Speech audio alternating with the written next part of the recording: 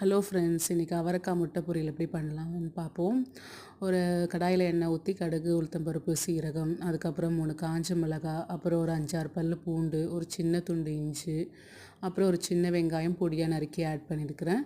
இந்த கடுகு, உளுத்தம்பருப்பு எல்லாம் பொரிஞ்ச உடனே நம்ம பூண்டு, வெங்காயம் போட்டு இந்த மாதிரி நல்லா வதக்கிடுவோம். வெங்காயம் இந்த கலரில் மாறின உடனே ஒரு அவரைக்காய் ஒரு 1/4 கிலோ அளவுக்கு இருக்கும். இதை இந்த சைஸில் கட் பண்ணியிருக்கிறேன்.